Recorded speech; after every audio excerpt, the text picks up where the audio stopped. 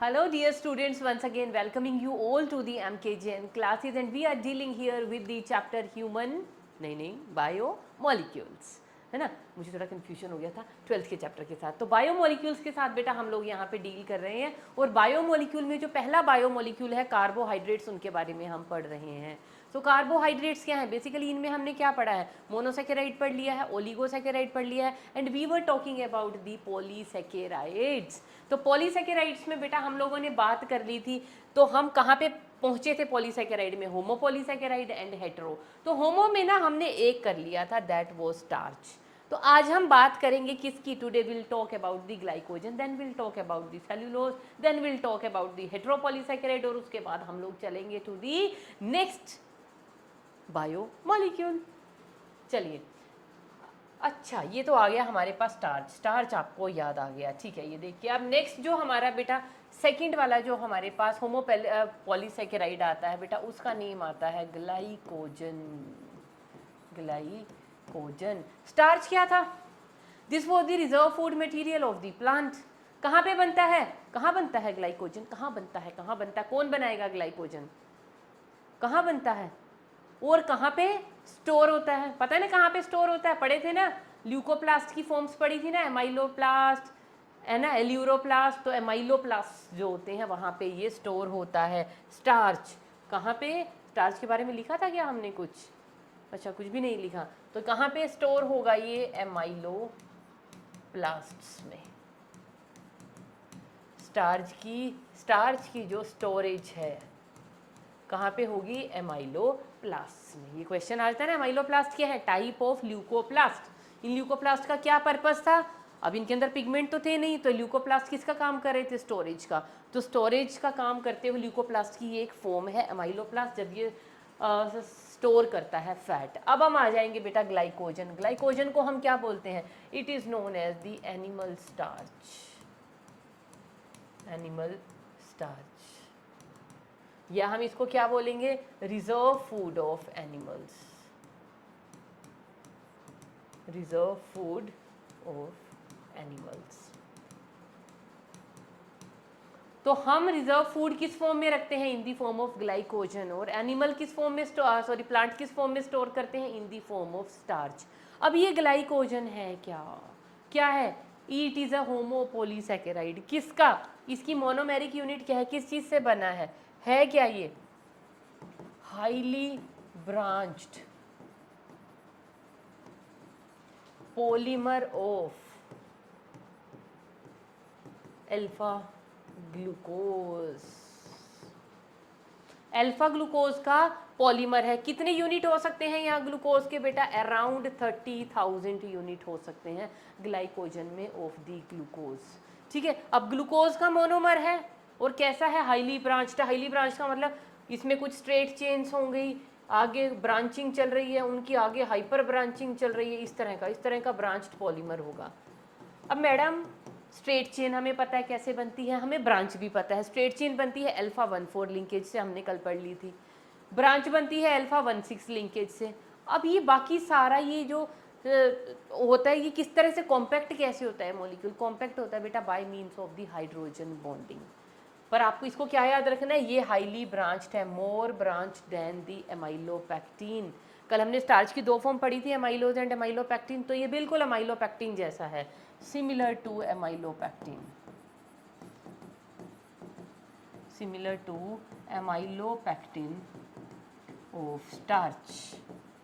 क्यों है, क्या सिमिलैरिटी बेटा एमाइलोपैक्टिन में, जो लिंकेजेस थी कौन कौन सी थी, जो स्ट्रेट चेन थी, स्ट्रेट चेन किस वजह से बन रही थी, स्ट्रेट चेन, स्ट्रेट चेन में कौन सी लिंकेज थी बताओ, अल्फा 1,4 लिंकेज से तो बन रही थी स्ट्रेट चेन। और जो साइड चेन्स निकल रही थी, साइड चेन्स, वो किससे बन रही थी, अल्फा 1,6 लिंकेज। कौन सी लिंकेज है बेटा, ये ग्लाइकोसिडिक लिंकेज। देखो यही वाला जो हमने कल एमाइलोपैक्टिन का पढ़ा था ना, देखो फर्स्ट और 4 कार्बन में अल्फा क्यों है, क्योंकि इनका OH नीचे है, तो इसका OH और इस फोर्थ पोजीशन का OH दोनों कंडेंस होंगे, वाटर मॉलिक्यूल निकलेगा और ये बन गई अल्फा 1,4 ग्लाइकोसिडिक लिंकेज। और ये तो हो गई, ऐसे पूरी बन जाएगी लॉन्ग चेन। और साइड चेन कैसे निकलती है बेटा, इसका 6th कार्बन और इस वाले ग्लूकोज का 1st कार्बन, ये भी अल्फा अल्फा ग्लूकोज है। तो 1st कार्बन का OH 6th कार्बन का OH आपस में कंडेंस कर जाएंगे तो अल्फा 1,6 लिंकेज बन जाएगी। तो जैसा एमाइलोपेक्टिन का केमिकल स्ट्रक्चर था ना, इसी तरह से अल्फा 1,4 और अल्फा 1,6 की लिंकेज से हमारे पास बनता है ग्लाइकोजन। समझ में आ गया। तो ग्लाइकोजन का स्ट्रक्चर मुझे बार बार कराने की ज़रूरत तो नहीं, वही बिल्कुल सेम मैंने लिखी दिया, it is similar to amylopectin of the starch. तो लिंकेजेस मैंने बता दी। और ग्लाइकोजन में कितने यूनिट होते हैं, ऑलमोस्ट ग्लूकोज के 30,000। एमाइलोपेक्टिन और ग्लूकोज में ग्लाइकोजन में डिफरेंस क्या है, मेन डिफरेंस क्या है, ब्रांचिंग का। Glycogen is highly highly highly branched. अच्छा, अब एक चीज़ और बताइए, ये जो, हाँ 2 चीज़, एक नहीं 2। सबसे पहले तो जो चीज़ें ग्लूकोज से बनी हुई हैं, जिनका मोनोमर है ग्लूकोज, उन सारे के सारे होमोपॉलीमर को हम क्या बोलते हैं, उन सारे के सारे होमोपॉलीसेकेराइड्स को हम बोलते हैं ग्लूकैन। क्या बोलते हैं, ग्लूकैन। अभी देखो मैं बताती हूँ, कहाँ गया हमारा होमो, इसमें देखो सेल्यूलोज भी, स्टार्च भी, ग्लाइकोजन भी, तीनों की तीनों चीज़ों का जो मोनोमेरिक मॉलिक्यूल था, तीनों, स्टार्च आपने देखी ग्लूकोज ग्लूकोज से बनी हुई है, ग्लाइकोजन आपने देखी ग्लूकोज से बनी हुई, ऐसी सेल्यूलोज भी अभी बताऊंगी, वो भी ग्लूकोज का बना हुआ है। तो जिनका मोनोमर ग्लूकोज होता है, मतलब प्योरली ग्लूकोज की ही बनी हुई है, उन सारे सब्सटेंसेस को हम क्या बोलते हैं, ये तीनों के तीनों, पता क्या है, इन तीनों के तीनों को हम क्या बोल सकते हैं, these are known as the glucans. क्या बोलेंगे इनको, ग्लूकैन्स। सपोज करो किसी का मोनोमर है ज़ाइलुलोज शुगर, तो वो क्या हो गए, ज़ाइलेंस। कोई सिर्फ फ्रक्टोज शुगर से बने हुए हैं तो फ्रक्टेंस। समझ में आ गए। तो ऐसा ही फ्रक्टोज का भी यहाँ पे हम एग्जाम्पल, हमने सारे ग्लूकोज वाले भर लिए, एक एग्जाम्पल हम यहाँ पे लिख लेते हैं फ्रक्टेंस का भी। और फ्रक्टेंस में हम क्या पढ़ेंगे, इन्यूलिन, क्योंकि हमारी एनसीईआरटी के अंदर भी इसका नेम आया हुआ है। तो inulin is the homopolymer of fructose, इसीलिए हम इसको बोलेंगे फ्रक्टेंस। समझ में आ गया। तो ग्लूकेन्स क्या होता है, फ्रक्टेंस क्या होता है, तो ये हो गई बेटा हमारे पास ग्लाइकोजन की बात। तो ग्लाइकोजन भी क्या है, glycogen is also a type of glucan, क्योंकि इसका भी मोनोमेरिक यूनिट क्या है, ग्लूकोज है। तो ग्लूकोज का पॉलीमर है तो इसको हम बोलेंगे ग्लूकेन। और जो हमने स्टार्च पढ़ा था, कहाँ पे थी हमारे पास स्टार्च, स्टार्च भी क्या है, starch is also a glucan. अब हम पढ़ने जा रहे हैं बेटा सेल्यूलोज। तो सेल्यूलोज में अब हमारे पास क्या होने वाला, नेक्स्ट होमोपॉलीसेकेराइड में हमारे पास क्या आएगा, दैट इज सेल्यूलोज। तो this is the most abundant carbohydrate, है ना। क्या लिखेंगे इसके बारे में, सबसे पहले हम, it is the most abundant carbohydrate, सबसे ज़्यादा मिलता है सेल्यूलोज।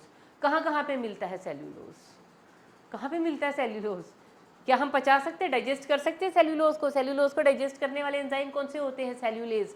हमारी बॉडी में है, नहीं है।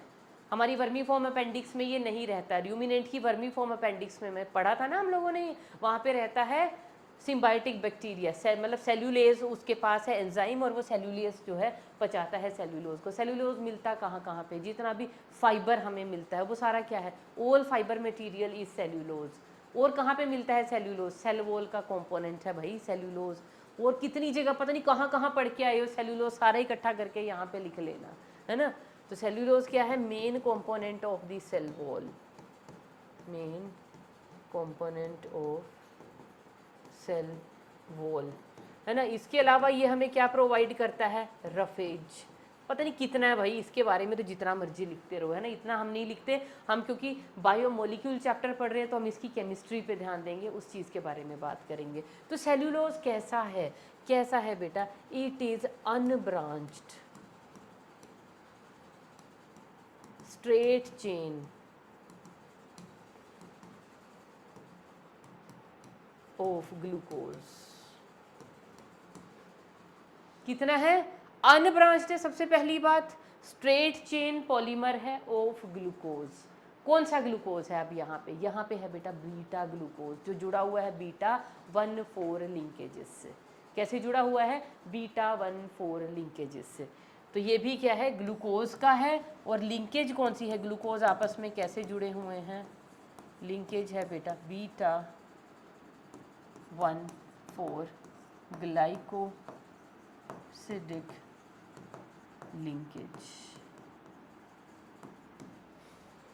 ठीक है, और कितने कितने मॉलिक्यूल हो सकते हैं यहाँ पे, approximately 6000 molecule, approximately 6000 units of glucose.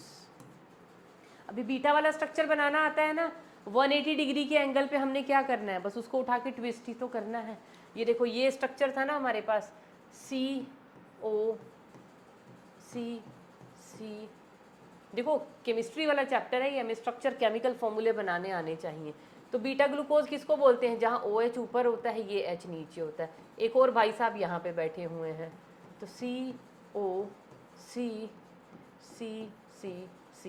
तो इसका भी OH ऊपर है, H नीचे है।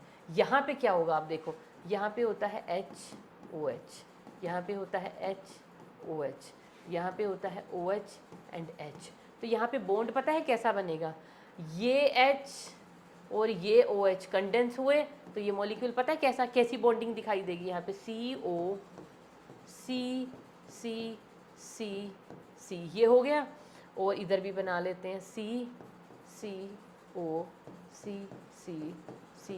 ठीक है, इसको तो बाद में देखेंगे ऐसे। अब यहाँ पे ऐसे ऐसे और ऐसे ऐसे, this is the glycosidic bond, जिसको हम क्या बोलेंगे, बीटा 1,4 लिंकेज। ये कौन सा कार्बन था, फर्स्ट, ये कौन सा है 1 2 3 4, और कैसी है, बीटा कार्बन है, जो कायरल कार्बन है, ये वाला कार्बन, मैं इसको नहीं देख रही हूँ, ये कायरल नहीं है, ये मेन, ये कायरल कार्बन कैसा है, बीटा है। तो बीटा 1,4 ग्लाइकोसिडिक लिंकेज बना लोगे, बन जाएगी। बस इस तरह का आपने स्ट्रेट चेन पॉलीमर बना लेना है। तो सेल्यूलोज भी क्या है, cellulose also a type of glucan, cellulose भी क्या है हमारे पास, ग्लूकेन है। समझ गए। तो ये केमिकल स्ट्रक्चर मैंने आपको बना के दिखा दिया, इसको भी बनाना आपको आना चाहिए कि बीटा वाले कैसे बनते हैं। ये बन गया बीटा, तो इसको मैं लिख भी देती हूँ, this is beta 1,4 glycosidic linkage. ठीक है, चलो अब एक होमोपॉलीमर और हमारे पास रहता है बेटा, उसको हम किधर करें, C, यहाँ पे लिख लेते हैं D। तो एक और है हमारे पास, जिसको हम क्या बोलेंगे, वो है हमारे पास, क्या था हमारे पास, इन्यूलिन। और इन्यूलिन क्या है, इट इज अ फ्रक्टेंस, ये ग्लूकेन नहीं है, ये क्या है, इट इज अ फ्रक्टेन है भाई। ये फ्रक्टेन का मतलब क्या है, it is a polymer of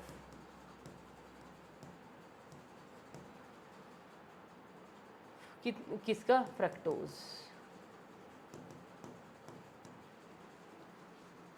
बीस 30 फ्रक्टोज की आपस में यूनिट जुड़ के और क्या बना लेती हैं, फ्रक्टोज। तो it is a polymer of fructose. और फ्रक्टोज में कौन सी लिंकेज है यहाँ पे बेटा, 1,4 लिंकेजेस। कौन सी लिंकेज मिलेंगी यहाँ पे, 1,4 लिंकेजेस। और यहाँ पे जो इन्यूलिन है क्या ये, बेसिकली कहाँ पे मिलता है इन्यूलिन, हमें पता है क्या है, ये रिजर्व फूड है किसका, जो सनफ्लावर फैमिली है ना, वहाँ पे। तो इन्यूलिन क्या है, इन्यूलिन के बारे में पता होना चाहिए। इन्यूलिन क्या है, it is the reserve food of sunflower family. और ह्यूमन की बॉडी के अंदर अगर ये चला जाए, we cannot metabolise it, है ना, human cannot metabolise inulin. हमारे में तो इसका यूज होता है किडनी फंक्शंस को डिटेक्ट करने में। किस में यूज होता है हमारी बॉडी में, टू डिटेक्ट किडनी फंक्शन, क्योंकि मेटाबोलाइज तो होता ही नहीं है, तो किडनी फंक्शन को डिटेक्ट करने के लिए ग्लोमेरुलर फिल्ट्रेट रेट, उसको चेक करने के लिए हमारे पास ये हेल्प करता है इन्यूलिन। बस इसके बारे में और ज़्यादा कुछ नहीं पढ़ना है। तो इन्यूलिन क्या है, अकेला फ्रक्टैन पढ़ा है हमने। इन्यूलिन किस चीज़ का बना हुआ है, फ्रक्टोज की सब यूनिट्स का बना हुआ है, और वो सब यूनिट आपस में, ये लिंकेज ना आप रहने दो, I am not sure about these linkages, क्योंकि फ्रक्टोज का ना डायग्राम बनाना पड़ेगा, लेकिन वो डायग्राम ना आपके कोर्स में नहीं है, तो इसको रहने दो आप, है ना, क्योंकि मुझे लग नहीं रहा 1,4 होनी तो नहीं चाहिए। चलो, पॉलीमर ऑफ फ्रक्टोज बस आपको याद रखना है कि इन्यूलिन क्या है, एक फ्रक्टैन है, दैट्स इट। ठीक है, तो हमारे पास होमोपॉलीसैकेराइड यहाँ पे खत्म हो जाते हैं बेटा। अब बारी आती है हेट्रो की। अब हेट्रोपॉलीसैकेराइड क्या होते हैं, मैंने कहा था ना यहाँ पे एक ही, अभी तो ये सारों के अंदर एक ही तरह की शुगर थी। सेल्यूलोज में सिर्फ glucose glucose glucose glucose, glycogen में only glucose glucose glucose glucose, कुछ नहीं था उसके साथ। Similar in the case of glycogen, है ना, स्टार्च में, ग्लाइकोजन में सेल्यूलोज, तीनों सिर्फ और सिर्फ प्लेन ग्लूकोज ग्लूकोज ग्लूकोज सब यूनिट के बने हुए थे। ऐसे ही इन्यूलिन हमने पढ़ा, वो भी होमोपॉलीसैकेराइड था, उसमें सिर्फ फ्रक्टोज फ्रक्टोज फ्रक्टोज फ्रक्टोज और फ्रक्टोज यूनिट्स लगे हुए हैं। ठीक है, अब हेट्रो में क्या है, हेट्रोपॉलीसैकेराइड होंगे, ये भी सैकेराइड शुगर के मॉलिक्यूल होंगे, लेकिन शुगर डिफरेंट हो सकती हैं। ठीक है, तो वहां पे सिमिलर टाइप की शुगर थी, यहाँ पे डिफरेंट टाइप्स ऑफ शुगर हो सकती हैं।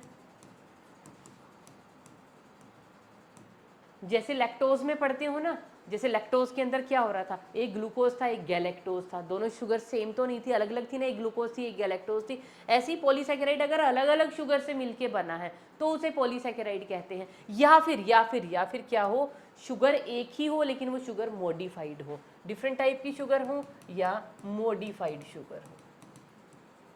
मॉडिफाइड शुगर समझ रहे हो, उसके साथ कोई और ग्रुप लगा हो, कोई और फंक्शनल ग्रुप लगा हो, कोई और एटम लगा हो, जिससे उस शुगर का नेचर चेंज हो गया हो। तो हेट्रोपॉलीसैकेराइड में बेटा हम क्या क्या पढ़ने वाले हैं, हेट्रोपॉलीसैकेराइड में जो सबसे पहला एग्जाम्पल हम पढ़ेंगे बेटा, वो हम पढ़ेंगे काइटिन का। काइटिन, है ना, क्या है काइटिन, याद आया काइटिन कहाँ कहाँ पे होता है, कहाँ कहाँ पे होता है, fungal cell wall, it is a constituent of fungal cell wall. Fungal cell wall किस चीज़ की बनी हुई थी, काइटिन की बनी हुई थी। और कहाँ पे प्रेजेंट होता है, एक्सोस्केलेटन ऑफ आर्थ्रोपोड्स। हमने कॉकरोच पढ़ा था ना, कॉकरोच का जो एक्सोस्केलेटन पढ़ा था ना, काइटिनस एक्सोस्केलेटन आर्थ्रोपोड्स। उनका जो बाहर का एक्सोस्केलेटन होता है वो किस चीज़ का बना होता है, काइटिनस। 6 काइटिनस प्लेट तो हमने हेड में ही पढ़ा दी थी आपको, क्लाइपियस, है ना, वो फ्रॉन्स, और वो जो कौन कौन सी रह गई, और साइड में गैलिया, क्लाइपियस, है ना, वो सारी की सारी 6 थी ना, 2 ऊपर थी, 2 ऐसे नीचे थी, 2 गैलिया साइड में थी। तो वो क्या थी, एपिक्रेनियल्स थी, गैलिया थी, क्लाइपियस थी और फ्रॉन्स थी। ठीक है, तो ये हमारे पास क्या है, एक्सोस्केलेटन बना रहा है आर्थ्रोपोड का, जो मेन जगह जो आपने पढ़ ली है, मैं सिर्फ वो का नाम ले रही हूँ, इधर उधर की बात नहीं कर रही हूँ। और फंगल सेल वॉल में आपने इसको पढ़ा था कि फंगस की सेल वॉल किस चीज़ की बनी थी, काइटिन की। ये 2 लोकेशंस तो आपने पढ़ी है, मैंने वही 2 लिखी हैं।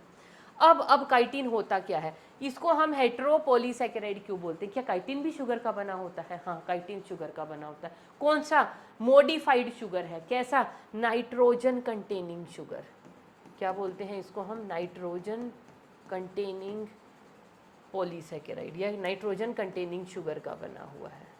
शुगर को हम और क्या लिखते हैं, sugar is also known as the saccharide. अब नाइट्रोजन कंटेनिंग शुगर, क्या नेम क्या है उस शुगर का, उस शुगर का नेम है बेटा एन एसिटाइल ग्लूकोजामीन।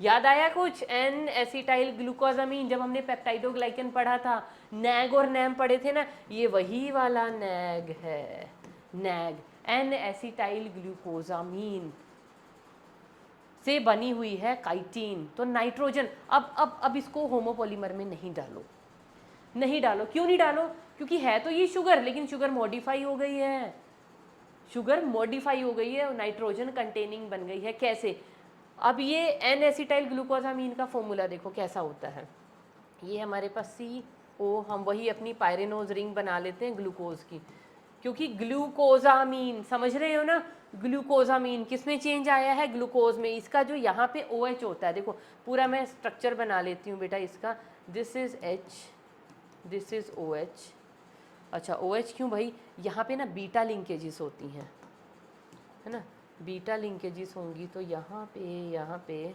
बीटा बनाएंगे हम। यहाँ पे होगा OH, यहाँ पे होगा H, यहाँ पे होगा OH, यहाँ पे होगा H, यहाँ पे H OH, यहाँ पे भी क्या होगा OH और H, और यहाँ पे क्या होगा CH2OH।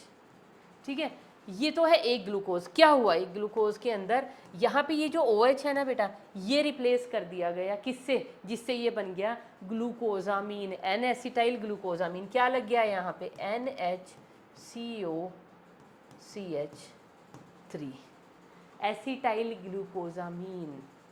समझ में आ गया, एसिटाइल ग्रुप लग गया तो एन एसिटाइल ग्लूकोजामीन, अमीन बन गया ये एन एसिटाइल ग्लूकोजामीन। ये इसका फॉर्मूला है, क्या है ये, एन एसिटाइल ग्लूकोजामीन। चेंज कहाँ आया, इस लोकेशन पे आया है। अब ऐसा ही एक और बना लेते हैं, ये लो यहाँ पे एक और बना लेते हैं, दिस इज COC, तो यहाँ पे क्या प्रेजेंट है OH, यहाँ पे प्रेजेंट है H, क्योंकि ये कौन सा ग्लूकोज है, बीटा ग्लूकोज है।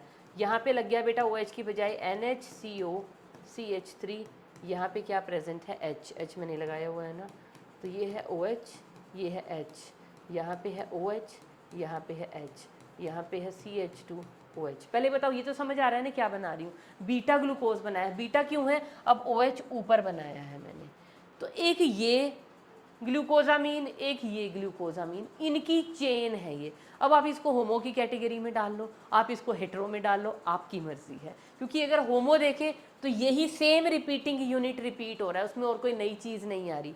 शुगर सेम ही है, शुगर मॉडिफाई हो गई बस, क्योंकि मॉडिफाई हो गई तो मैं इसको हेटेरो में पढ़ा देती हूँ।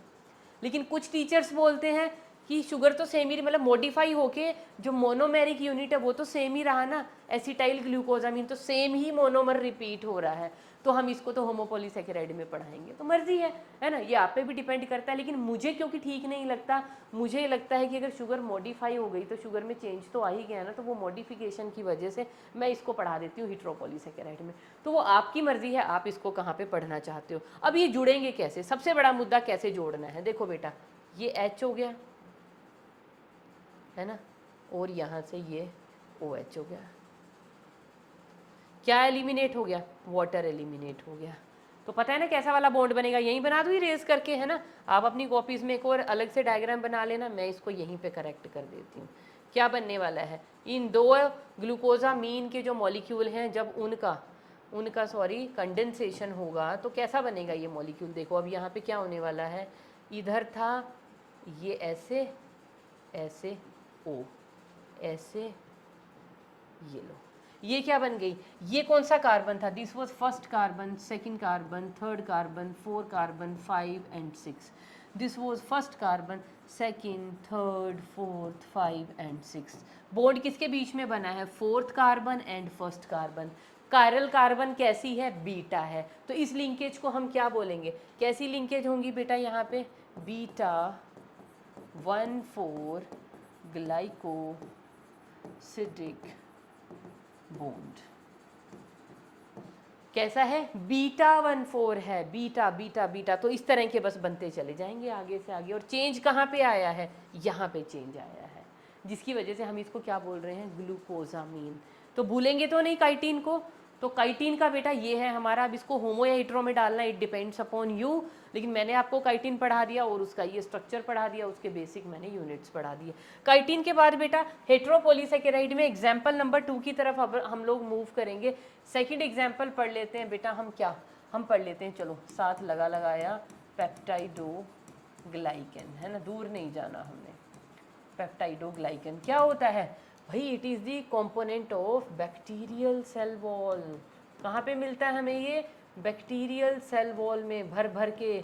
क्या कॉन्स्टिट्यूएंट होते हैं बेटा, ये तो हेटेरो में पढ़ेंगे ही ना, इसमें 2 तरह की शुगर्स होती हैं, क्या, 2 पॉलीसैकेराइड, है ना, not polypeptide, 2 polysaccharide chains cross linked by small peptides. जब मैंने पेप्टाइडोग्लाइकन पढ़ाया था तब भी बताया था कि ऐसे चेन्स हैं, और ये चेन किस चीज़ की बनी हुई है? दो पॉलीपेप्टाइड्स की। कौन से दो पॉलीपेप्टाइड? कौन से हैं वो? नैग, फिर आएगा नैम, फिर आएगा नैग, फिर आएगा नैम, फिर आएगा नैग, फिर आएगा नैम। ऐसे ऑल्टरनेटिवली हैं, और ये प्रोटीन्स के थ्रू क्रॉस लिंक्ड हैं ये चेन्स आपस में। पेप्टाइड क्या करें? छोटे छोटे पेप्टाइड इन चेन्स को, जो चेन्स हैं उनको क्रॉस लिंक कर रहे हैं, जिससे ये पूरा का पूरा एक पॉलीमर बन जाता है, जिसको आप लोग क्या बोलते हो बेटा? Which is known as the peptidoglycan. तो ये जो दो चेन है, ये जो दो पॉलीसेकेराइड की चेन है, ये इनका नेचर क्या है? ये बनी हुई है बेटा नैग एंड नैम। नैग और नैम की फुल फॉर्म अब मैं नहीं लिखूंगी, आपको पता होनी चाहिए, बोल देती हूँ। N acetyl glucosamine, N acetyl muramic acid. क्योंकि आप पूरा का पूरा मोनेरा पढ़ के आए हो, अब उसके बाद भी अगर मैं बार बार फुल फॉर्म लिखूंगी तो it doesn't make any sense. उसके बाद बेटा थर्ड हमारे पास जो आ जाता है, थर्ड में हम ले लेते हैं यहाँ पे क्या लें म्यूकोपॉलीसेकेराइड्स। ठीक है, म्यूकोपॉलीसेकेराइड्स। अब म्यूकोपॉलीसेकेराइड्स क्या होते हैं बेटा? इनमें क्या होगा? देखो, म्यूकोपॉलीसेकेराइड किस चीज़ के बने हुए, पहले ध्यान देना। ये बने हुए हैं प्रोटीन्स के, और साथ में ये बने हुए हैं किसके? इन दो चीज़ों के बने हुए हैं, प्रोटीन्स के और पॉलीसेकेराइड के। दोनों चीज़ें, शुगर भी हैं प्रोटीन भी हैं, but polysaccharide dominates. Dominating group कौन सा है? प्रोटीन बस साइड चेन की तरह लगे हुए हैं। मेन क्या है यहाँ पे? पॉलीसेकेराइड्स। और जो म्यूकोपॉलीसेकेराइड्स है ना बेटा, इनके फर्दर एग्जाम्पल्स में एक लिख लीजिए आप, हियालुरोनिक एसिड। कहाँ पे प्रेजेंट होता है हियालुरोनिक एसिड? याद है किसी को? हियालुरोनिक एसिड कहाँ प्रेजेंट होता है? Matrix of the connective tissue. कहाँ कहाँ पे प्रेजेंट होता है ये? Matrix of connective tissue. और हियालुरोनिक एसिड कहाँ पे प्रेजेंट होता है? 12th में पढ़ोगे आप। कहाँ पे पढ़ोगे? जो एग की मेम्ब्रेन्स होती है ना, उसके बाहर कोट होता है, जिसके लिए हमें किसकी ज़रूरत पड़ती है? हियालुरोनिडेज एंजाइम की ज़रूरत पड़ती है। Coat around egg.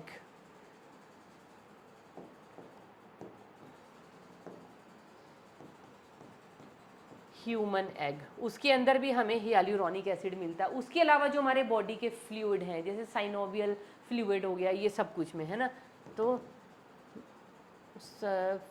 Body fluids of the body, या बॉडी फ्लूइड्स लिख दो, क्या हो रहा है, यहीं पे लिख लेते हैं। और different type of body fluid, उनके अंदर भी हमें क्या मिलता है? हियालुरोनिक एसिड मिलता है। तो ये एक तरह का म्यूकोपॉलीसेकेराइड है। और म्यूकोपॉलीसेकेराइड क्या? हिट्रो है। हिट्रो क्यों है? दो अलग चीज़ों से बने हैं।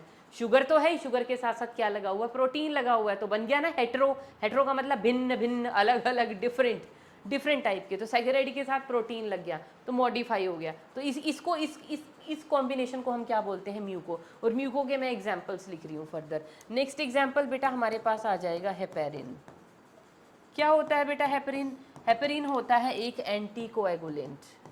एंटी कोएगुलेंट पता ही है, पता होना चाहिए। एंटी कोएगुलेंट ऑफ ब्लड कहाँ प्रेजेंट होता है? कहाँ प्रेजेंट होता है हेपेरिन? पता होना चाहिए सबको। हेपेरिन क्या है? एंटी कोएगुलेंट, ब्लड का थक्का नहीं जमने देता, क्लोटिंग नहीं होने देता ब्लड की, इसलिए हम इसको बोलते हैं एंटी कोएगुलेंट। ठीक है, कहाँ कहाँ पे बनता है? लिवर में, और ये कहाँ पे बनता है? मास्ट सेल्स में। synthesized in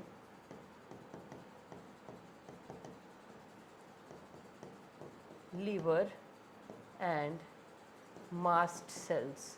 12th में जब आप इम्यूनिटी का चैप्टर पढ़ेंगे ना, इम्यून सिस्टम का, तो वहाँ पे मास्ट, वैसे मास्ट सेल आपको पढ़ा देंगे, अभी फिजियोलॉजी की तरफ भी चलोगे ना वहाँ पे। फिर म्यूकोपॉलीसेकेराइड का बेटा तीसरा हमारे पास एग्जाम्पल आ जाता है, जिसको हम कहेंगे कॉन्ड्रोइटिन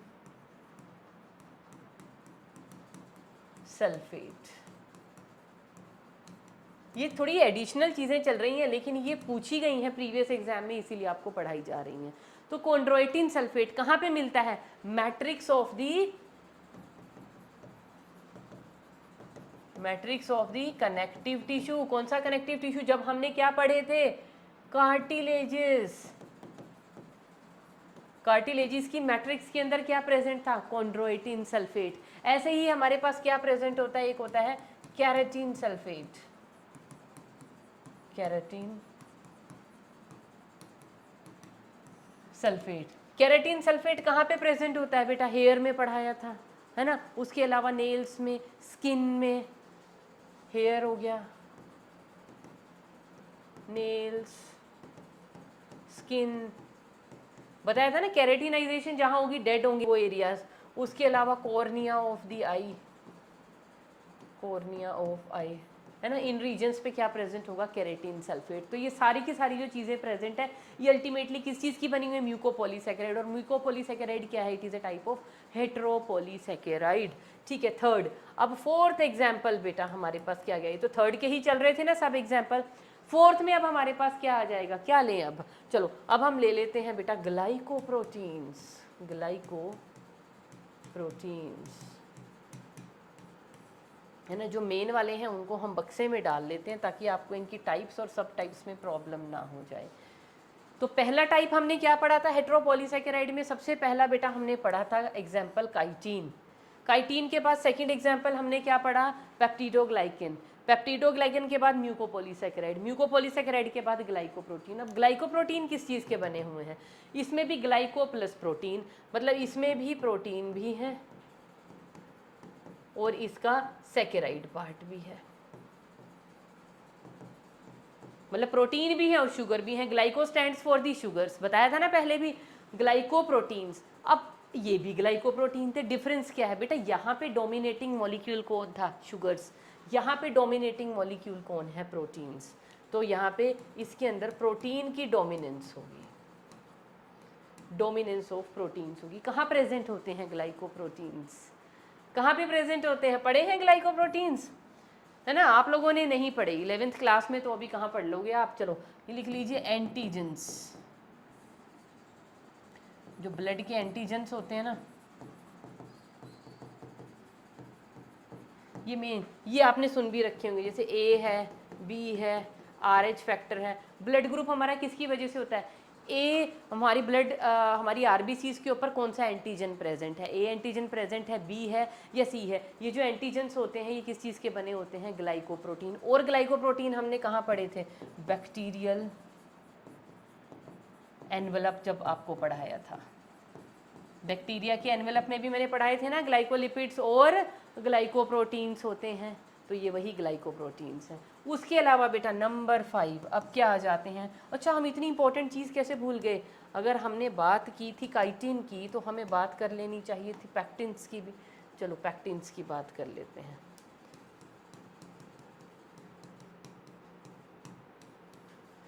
अब पैक्टिन्स किस चीज़ के क्या है? पैक्टिन्स पता है? पैक्टिन्स कहाँ पे मिलते हैं?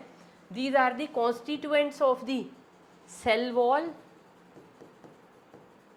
And middle lamella. Cell wall और मिडल लेमिला के अंदर बनते मिलते हैं ना। और पैक्टिन किस चीज़ के बने हुए हैं? क्या होते हैं पैक्टिन्स? पैक्टोज शुगर्स, है ना। पैक्टिन्स याद आए कहाँ से? क्या क्या प्रेजेंट होगा पैक्टिन्स के अंदर? प्रेजेंट होंगी बेटा शुगर्स। कौन कौन सी? अरेबिनोज, ज़ाइल्यूलोज,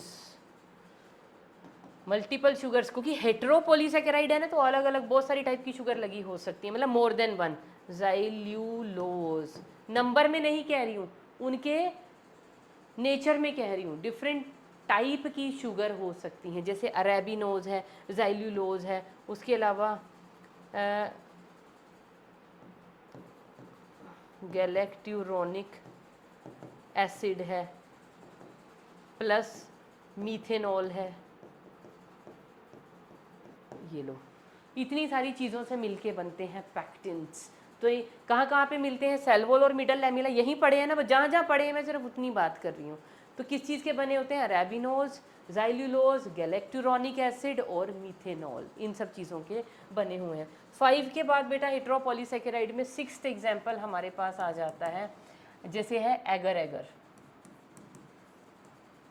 एगर एगर क्या है? ये स्लाइमी सब्सटेंसेस हैं,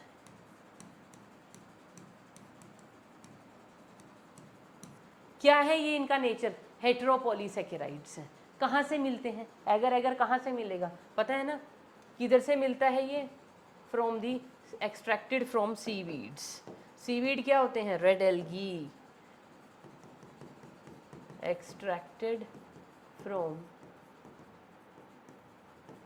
seaweeds. Seaweeds belong to the red algae. कौन सी रेड एल्गी? ग्रेसिलेरिया, यहीं पे लिख देते हैं एग्जाम्पल, ग्रेसिलेरिया एंड जेलिडियम,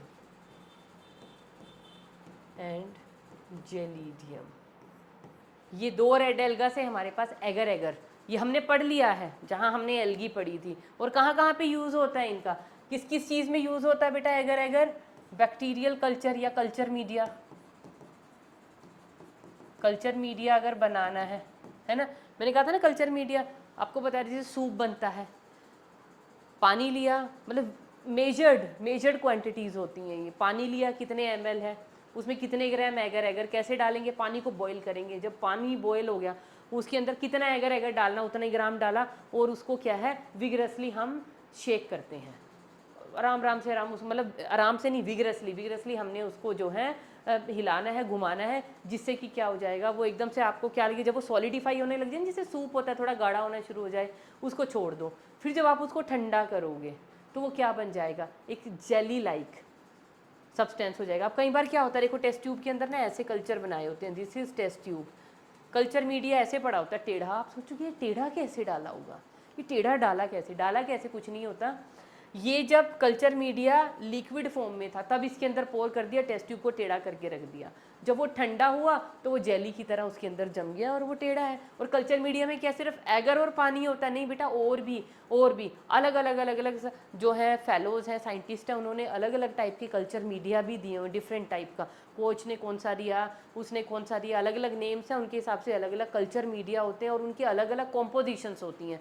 बहुत सारे सॉल्ट्स भी, मिनरल्स, बहुत कुछ इनके अंदर डलता है। तो वो सारी चीज़ें बॉइलिंग वाटर में एगर एगर डाला और वो सारी चीज़ें डाली और मिक्स किया और उसको सेमी सॉलिड होने के लिए रख दिया, तो वो कल्चर मीडिया हो जाता है। और डिपेंड करता है आप कौन सा कल्चर मीडिया यूज़ कर रहे हो और कौन सा ऑर्गेनिज्म को आप कल्चर करना चाह रहे हो। तो कल्चर मीडिया में इसका यूज़ होता है। और कहाँ पे यूज़ होता है बेटा इसका? आइसक्रीम इंडस्ट्रीज़ में, आइसक्रीम इंडस्ट्रीज़ में। और जो पैक्टिन्स हैं वो कहाँ पे यूज़ होता है? इन दी जेलीज़। पैक्टिन का यूज़ कहाँ पे होता है? लिख दें उसका भी यूज़। पैक्टिन का अगर पानी के अंदर इनको घोलते हैं ना तो जेली लाइक हो जाते हैं, स्लाइमी, तो इनका भी यूज़ कहाँ पे होता है? जेलीज़ में, जेली मेकिंग में। उसके अलावा बेटा नेक्स्ट अब 7th पे आ जाएगा हमारे पास, वो सुना है आप सब लोगों ने, ईसबगोल। ईसबगोल जिसको बोलते हैं, सत्य ईसबगोल, ईसबगोल। ये क्या है? It is a kind of laxative. Laxative समझते हो? कॉन्स्टिपेशन हो जाए तो ईसबगोल का छिलका खिला दो या पिला दो उसको पानी में या दूध के अंदर मिला के, तो वो क्या कर देगा? लुब्रिकेशन, फटाफट से बॉवल मूवमेंट हमारी फास्ट होती हैं और कॉन्स्टिपेशन से छुटकारा मिल जाता है। इसलिए हम इसको क्या बोलते हैं? लेग्जेटिव, क्योंकि ये स्लाइमी म्यूसिलेजिनस सा हो जाता है जैसे ही इसको घोला जाता है पानी के अंदर, दूध के अंदर, है ना, इन सब चीज़ों के लिए। तो लेग्जेटिव है, कहाँ से मिलता है? ये मिलता है हमें हस्क ऑफ द प्लांट। और हस्क भी किसका? सीड हस्क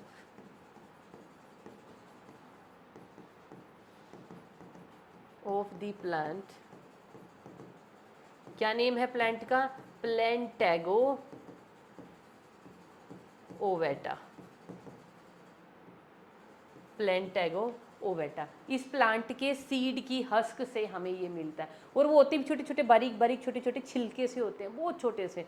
तो वो छिलके हैं, बस उनको पानी के अंदर या दूध के अंदर घोलो, कॉन्स्टिपेशन से छुटकारा। और बहुत ज़्यादा अगर वाटरी मोशन, लूज मोशन आ रहा है तो दही के साथ खा जाओ इसका, तो इट इज़ अ लैक्सेटिव। बस इसके अलावा मुझे नहीं लगता और कुछ बचा है। अगर बचा भी होगा तो बेटा आप ऐड कर लो, ऐड करना चाहते हो चलो एक और कर लेती हूँ क्योंकि मुझे याद आ गया। वैसे इतनी डिटेल में ये आता नहीं है, that is hemicellulose. Hemicellulose again किसका एग्जाम्पल है? हेट्रोपॉलीसैकेराइड का। क्या क्या चीज़ें प्रेजेंट होती हैं बेटा हेमीसेल्यूलोज में? प्रेजेंट होते हैं, यहाँ पे हैं हमारे पास गैलेक्टेंस, ग्लूकोज, ग्लूकोगैलेक्टेंस, है ना, और ज़ाइल्यूलोज, और आई थिंक फ्रक्टोज भी होता है इसके अंदर, है ना, अरेबिनोज भी है क्या? नहीं। तो ये सभी की सभी चीज़ें जो हैं इसके अंदर मिलेंगी। इस चीज़ का बना होता है हेमीसेल्यूलोज। और हेमीसेल्यूलोज कहाँ पे मिलता है हमें? It is a constituent of cell wall. Cell wall बताई थी ना आपको प्लांट की किस चीज़ की बनी होगी? सेल्यूलोज की, हेमीसेल्यूलोज की, पैक्टिन्स की, ये सभी चीज़ें वहाँ पे पढ़ी थी ना हमने। तो ये वही वाला हेमीसेल्यूलोज है, इसको भूलना नहीं है। तो बेटा देखो क्या रह गया अब हमारा, अब कार्बोहाइड्रेट्स हमारे कंप्लीट हो गए। सिर्फ कार्बोहाइड्रेट में आपको क्या ध्यान में रखना है कि जब हम कार्बोहाइड्रेट की कर रहे हैं क्लासिफिकेशन, है ना, इस क्लासिफिकेशन को चलो मैं एक बार और दोबारा से लिखती हूँ। ये है हमारे पास कार्बोहाइड्रेट या पॉलीसैकेराइड्स। अच्छा जी, क्या ये स्वीट होंगे? पॉलीसैकेराइड्स क्या स्वीट होंगे टू दी टेस्ट? नहीं होंगे। मीठे वाली कोई बात लग रही है? देखो पता नहीं क्या क्या मिल गया इनके अंदर तो आके। तो पॉलीसैकेराइड हैं बेटा हमारे पास दो तरह के। एक है हमारे पास होमोपॉलीसैकेराइड, होमोपॉलीसैकेराइड, और एक हमने पढ़े हैं हेटेरोपॉलीसैकेराइड्स। ठीक है। अब होमो में हमने क्या पढ़ा था? होमो में हमने दो कैटेगरीज पढ़ी थी, है ना। मैं इसको थोड़ा सा दोबारा से रिफाइन करके बना रही हूँ। एक कैटेगरी हमने पढ़ी थी ग्लूकेंस की, और एक कैटेगरी हमने पढ़ी फ्रक्टेंस की। ठीक है।